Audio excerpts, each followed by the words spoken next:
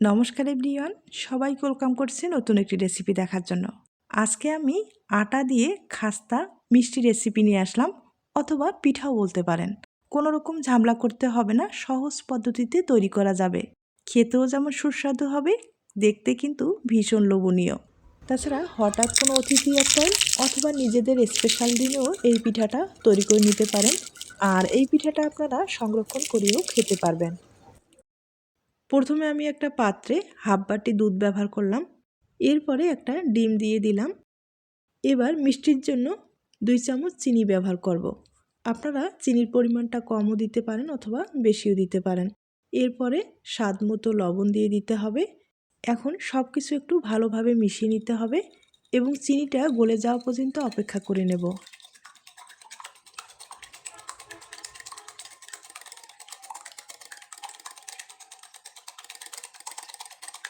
চিনিটা ভালোভাবে গলে গেছে। এখন এখানে আমি 3 চামচ ঘি ব্যবহার করব। আর ঘিটা দিলে ফ্লেভারটা খুব ভালো আসবে। তবে আপনারা চাইলে এখানে তেলও ব্যবহার করতে পারেন, সামান্য পরিমাণে তেল দিলেই হয়ে যাবে। আবারও একটু ভালোভাবে মিশিয়ে নেব। সব কিছু ভালোভাবে মিশিয়ে নিলাম। মিশানোর পরে এখানে আমি প্রায় 150 গ্রাম আটা ব্যবহার করব। আটার পরিবর্তে এখানে আপনারা ময়দা ব্যবহার করতে পারেন। আর ময়দাটা তৈরি করলে কিন্তু বেশি ভালো হবে। এখন খুব ভালোভাবে আমি আটা এবং মিশ্রণটাকে মিশিয়ে নেব। আর হ্যাঁ, এই ডোটা কিন্তু ভালোভাবে তৈরি করে নিতে হবে, একটু নরম করে তৈরি করে নিতে হবে, তাহলে খুব তাড়াতাড়ি সেট হয়ে যাবে। হঠাৎ আপনাদের মিষ্টি খেতে ইচ্ছে করলে অথবা খাস্তা কিছু খেতে ইচ্ছে করলে আপনারা কিন্তু ঝটপট এই মিষ্টিটা তৈরি করে নিতে পারেন। আর তৈরি করতে যে অনেকগুলো উপকরণ লাগে বা অনেক সময়ের দরকার, সেটা কিন্তু কোনোটাই না। সামান্য কিছু হাতের কাছে উপকরণ থাকলে বা কম সময়ে আপনারা এই মিষ্টিটা কিন্তু তৈরি করে নিতে পারেন। আর খেতেও দুর্দান্ত স্বাদ। আমি আবারও বলছি, আপনারা অবশ্যই বাড়িতে ট্রাই করে দেখতে পারেন। এখন ডোটাকে কিন্তু আমি খুব ভালোভাবে মথে নিব। তবে দ্বিতীয়বার আর কোনো মথে নেওয়ার দরকার হবে না, একবারেই ভালোভাবে মথে নিলেই হয়ে যাবে।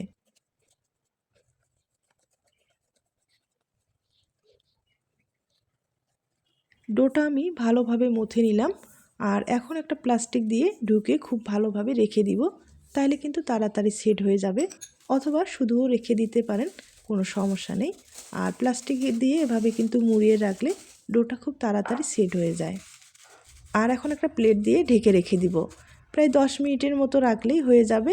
এর ফাঁকে আমি শিরাটা তৈরি করে নেব। শিরার জন্য এখানে আমি গুড়টা ব্যবহার করলাম। তবে আপনারা যদি চিনিটা পছন্দ করেন, চিনির শিরা কিন্তু তৈরি করে পিঠাগুলো দিয়ে খেতে পারেন। আমি গুড়ের শিরাটাই তৈরি করে নেব। গুড় দিয়ে দিলাম প্রায় এখানে 100 গ্রামের মতো। সমান পরিমাণে জল ব্যবহার করলাম। ফ্লেভারের জন্য 2টা এলাচ ব্যবহার করলাম।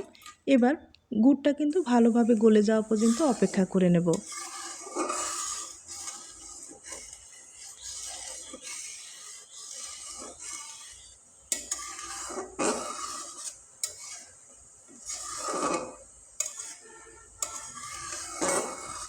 গুড়ের শিরাটা আমি ঘন করে তৈরি করে নিলাম। আর ঘন করে তৈরি করলে খেতে কিন্তু ভালো লাগবে। এখন চুলাটা আমি অফ করে দিলাম।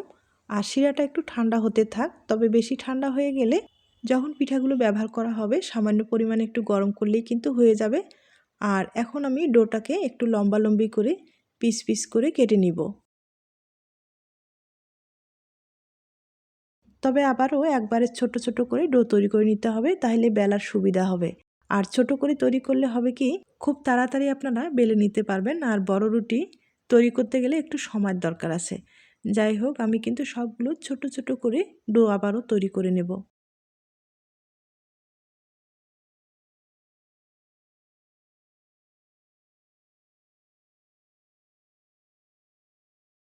সবগুলো ডো তৈরি করা হয়ে গেছে। এবার কিন্তু একটা রেখে বাকিগুলো আবার ঢেকে রেখে দিব।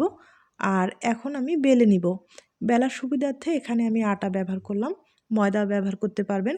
আর যতটুকু সম্ভব পাতলা করে বেলে নিতে হবে। যত পাতলা করবেন ততটাই কিন্তু এই পিঠা বা মিষ্টিটা খাস্তা হবে, দেখতেও ভালো লাগবে এবং খেতেও ভালো লাগবে।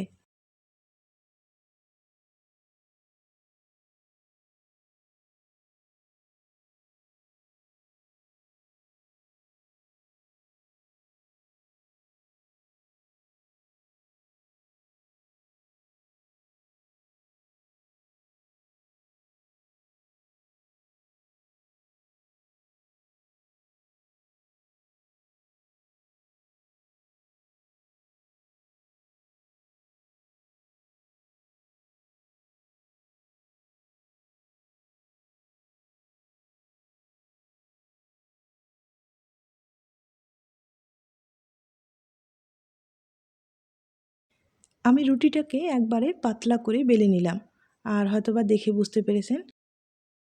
এবার রুটিটার সাইডের অংশগুলো একটু কেটে বাদ দিয়ে দিতে হবে, আর ছোট ছোট করে আমি কেটে নিচ্ছি, আপনারা হয়তোবা দেখে বুঝতে পেরেছেন। কেটে নেওয়ার বাড়তি অংশগুলো এগুলো কিন্তু আবার পরে বেলে নেওয়া যাবে। আর এখন সামান্য পরিমাণে আমি এখানে আবারও আটা ব্যবহার করব। কেটে নেওয়ার অংশ কিন্তু এখানে 3টা আমার হয়েছে। তবে হ্যাঁ, এই লেয়ারগুলো তৈরি করতে গেলে আপনারা কিন্তু আরও লেয়ার দিতে পারেন, তাহলে এই যে খাস্তা পিঠা অথবা মিষ্টি যেটাই বলেন, এটা কিন্তু অনেকগুলো লেয়ার হবে, দেখতে ভালো লাগবে। আমি এখানে 3টা ব্যবহার করলাম।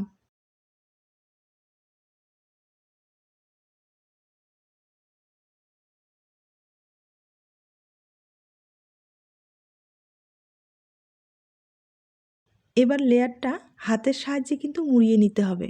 আর আমি কিভাবে মুড়িয়ে নিচ্ছি আপনারা হয়তোবা দেখে বুঝতে পারছেন।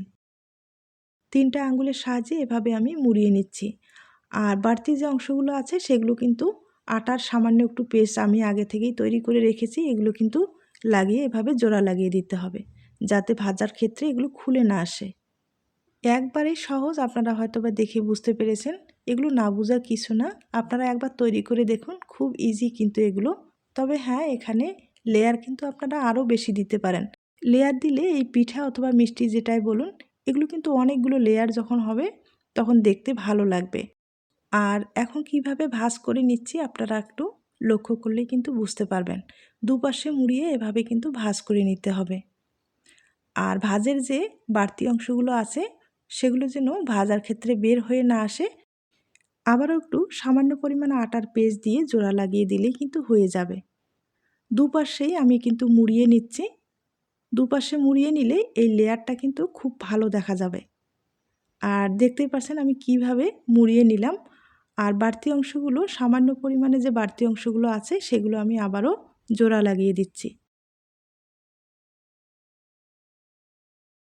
আমি কিন্তু একটা তৈরি করে নিলাম, হয়তোবা আপনারা দেখে বুঝতে পেরেছেন।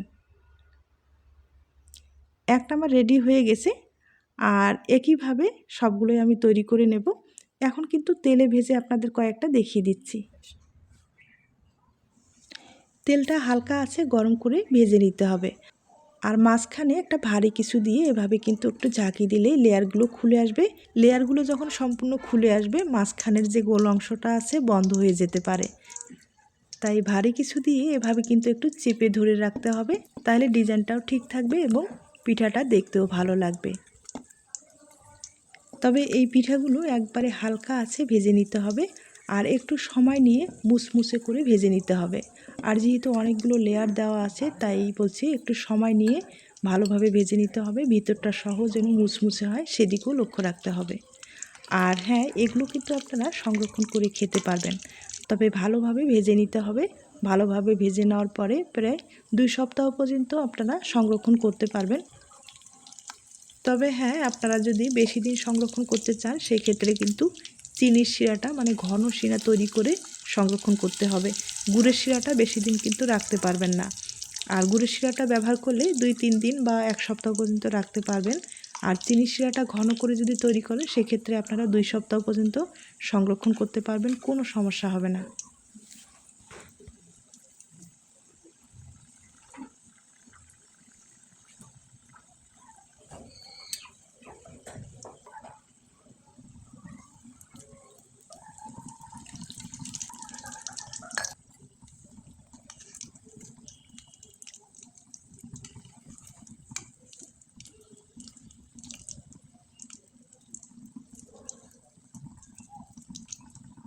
আমি একটু সময় নিয়ে ভালোভাবে ভেজে নিলাম।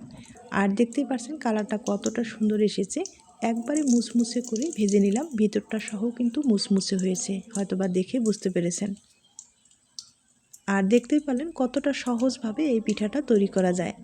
হঠাৎ আপনাদের এরকম ধরনের মিষ্টি অথবা পিঠা খেতে ইচ্ছে করলে দেরি না করে ঝটপট কিন্তু আটা দিয়ে তৈরি করে নিতে পারেন। আর আটাটাও যে খাস্তা হয় না তা না, আটাটাও কিন্তু অনেক মুচমুচে এবং খাস্তা হয়ে থাকে। আপনারা চাইলে ট্রাই করতে পারেন। তাছাড়া হঠাৎ কোনো অতিথি আসলে আপনারা কিন্তু ঝটপট এটা তৈরি করে দিতে পারেন, দেখবেন আপনার প্রশংসাই করবে। আর এভাবে আমি বেশ কয়েকটা তৈরি করে নিলাম। আর যেহেতু এই পিঠাগুলো এখন অনেকটাই গরম আছে, এভাবে কিন্তু শিরাতে দিয়ে দিতে পারেন। তবে শিরাতে দিয়ে বেশি সময় রাখা যাবে না, শিরা দিয়েই কিন্তু তুলে নিতে হবে। এরপরে গরম গরম পরিবেশন করলে খেতে কিন্তু খুব ভালো লাগবে। এখন আপনাদের পিঠাগুলো শিরাতে দিয়ে আমি দেখিয়ে দিচ্ছি। আর শিরাটা কিন্তু ঠান্ডা হয়ে গেছে, পিঠাগুলো অনেকটা গরম রয়েছে, তাই এভাবে দিলেও কোনো সমস্যা নেই। হালকা করে একটু শিরা দিয়ে দিলাম, বেশি একবার শিরা যে দেওয়ার লাগবে তাও না, হালকা করে দিলেই হয়ে যাবে।